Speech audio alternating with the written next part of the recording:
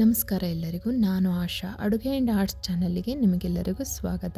ಇವತ್ತಿನ ದಿನ ಏನಾಗಿದೆ, 30ರಿಂದ 40 ವಯಸ್ಸಿರೋರಿಗೆ ಬಿಳಿ ಕೂದಲಾಗೋದು ಸರ್ವೇ ಸಾಮಾನ್ಯ.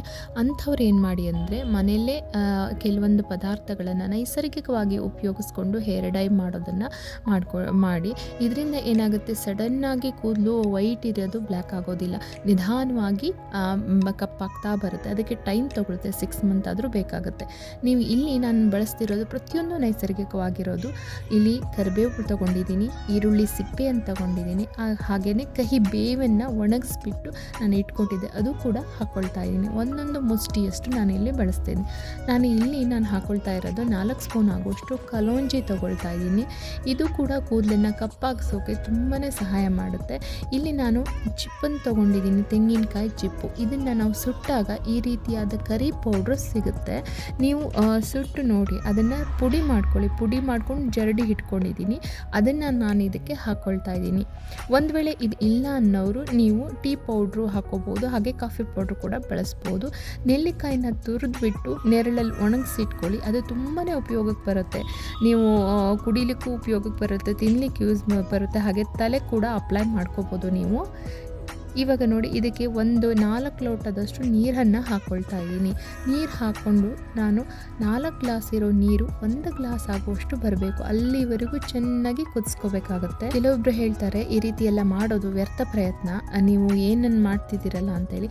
ಹಿಂದಿನ ಕಾಲದಲ್ಲಿ ಎಲ್ಲ ಸಸ್ಯಗಳ ಮೂಲಕ ನ್ಯಾಚುರಲ್ ಕಲರ್ ತಗೊಂಡು ಪೇಂಟಿಂಗ್ ಮಾಡ್ತಾಯಿದ್ರು. ಹಾಗಾಗಿ ನೀವು ಕೂಡ ಈ ರೀತಿಯಾಗಿ ಮಾಡ್ತಾ ಬಂದರೆ ಕೂದಲಲ್ಲಿ ನಿಜವಾಗ್ಲೂ ಒಳ್ಳೆ ರಿಸಲ್ಟ್ ಸಿಗುತ್ತೆ. 6 ತಿಂಗಳ ನೀವು ಕಾಯಬೇಕಾಗುತ್ತೆ. ನೋಡಿ, ಕುದಿಸಿ ಆದ ನಂತರ 1 ಗ್ಲಾಸ್ ಆಗುವಷ್ಟು ನೀರನ್ನು ಉಳ್ಕೊಂಡಿದೆ ಅಷ್ಟೇ. ಅದನ್ನು ಚೆನ್ನಾಗಿ ಗ್ಯೂಚ್ಬೇಕು. ನೀವು ಯಾಕೆ ಹೇಳಿ, ಅದಕ್ಕೆ ನೀವು ಮೆಂತೆ ಕಲೋಂಜಿ ಎಲ್ಲವನ್ನ ಹಾಕಿರ್ತೀರಲ್ಲ, ಅದಕ್ಕೋಸ್ಕರ. ನೋಡಿ, ಇವಾಗ ನಾನು ಅದನ್ನು ಸೋಸ್ಕೊಳ್ತಾ ಇದ್ದೀನಿ. ಈ ಸೊಪ್ಪಿನ ರಸ ಕೂಡ ಬಂದಿದೆ, ಹಾಗೆ ಚಿಪ್ಪಿನ ಏನು ಇತ್ತಲ್ಲ ಪುಡಿ, ಅದು ಕೂಡ ಬಂದಿದೆ. ಇದಕ್ಕೆ ನಾನು ನೀರನ್ನು ನೀವು ಮಸಾಜ್ ಮಾಡ್ಬೋದು ಕೂದಲಿನ ಬೇರುಗಳಿಗೆಲ್ಲ. ಇಲ್ಲ ಅಂತಂದರೆ ಇದಕ್ಕೆ 2 ಸ್ಪೂನ್ ಆಗುವಷ್ಟು ಮೆಹಂದಿ ಪೌಡ್ರನ್ನು ಹಾಕ್ಕೊಳ್ಬೇಕಾಗತ್ತೆ. ಆವಾಗ ಏನಾಗುತ್ತೆ, ನಮ್ಮ ತಲೆಯಲ್ಲಿ ನಾವು ಅಪ್ಲೈ ಮಾಡಿದ್ದು ಹಾಗೆ ಉಳ್ಕೊಳ್ಳುತ್ತೆ, ಸೋರಲ್ಲ. ಒಂದು ವೇಳೆ ಕೆಂಪಾಗುತ್ತೆ ಮೆಹಂದಿ, ನಮ್ಗೆ ಬೇಡ ಅನ್ನೋರು ಸ್ಕಿಪ್ ಮಾಡ್ಬೋದು, ಹಾಗೆ ಕೂಡ ಮಸಾಜ್ ಮಾಡ್ಬೋದು. 2 ಅವರ್ ಬಿಡಲೇಬೇಕಾಗತ್ತೆ. ಅದಾದ ನಂತರ ತಲೆಗೆ ಸ್ನಾನ ಮಾಡ್ಕೋಬೇಕಾಗತ್ತೆ. ಈ ಮೆಹಂದಿನ ಚೆನ್ನಾಗಿ ಮಿಕ್ಸ್ ಮಾಡಿಕೊಂಡು, ಅಂದರೆ ಪೇಸ್ಟ್ ರೂಪದಲ್ಲಾಗುತ್ತೆ, ತೆಳುವಾಗುತ್ತೆ. ಇದನ್ನು ನಾನು ತಲೆಗೆ ಅಪ್ಲೈ ಮಾಡಿಕೊಂಡು 2 ತಾಸಾದ ನಂತರ ಸ್ನಾನ ಮಾಡ್ಕೊಳ್ತೀನಿ. ಇವಾಗ ನೋಡಿ, ನಾವು ಸ್ನಾನ ಮಾಡಬೇಕಾದ್ರೆ ಯಾವ ರೀತಿಯಾದಂಥ ಶಾಂಪೂವನ್ನು ಮನೇಲಿ ರೆಡಿ ಮಾಡ್ಕೊಳ್ಳೋದು. 5ರಿಂದ 6 ಅಂಟ್ಲಕಾಯಿ ತೊಗೊಂಡಿದ್ದೀನಿ. ಅಂಟ್ಲಕಾಯಿ ಮತ್ತು ಮೆಹಂದಿ ಯಾವಾಗ ಯೂಸ್ ಮಾಡ್ತೀವಲ್ಲ, ಕೂದಲು ಡ್ರೈ ಅನಿಸುತ್ತೆ, ಆವಾಗ ನೀವು ಸ್ವಲ್ಪ ಅಗಸೆ ಬೀಜ ಮೆಂತ್ಯನ ಬಳಸೋದ್ರಿಂದ ಕೂದಲು ತಂಪಾಗಿ, ನೆತ್ತಿ ಭಾಗ ತಂಪಾಗಿರುತ್ತೆ, ಕೂದಲು ಕೂಡ ಸಿಲ್ಕಿಯಾಗಿ ರೇಷ್ಮೆ ಥರ ಆಗುತ್ತೆ. ಸ್ನಾನ ಮಾಡ್ತಿದ್ರೆ ಯಾವುದೇ ರೀತಿಯ ಡ್ರೈ ಅನಿಸೋದಿಲ್ಲ.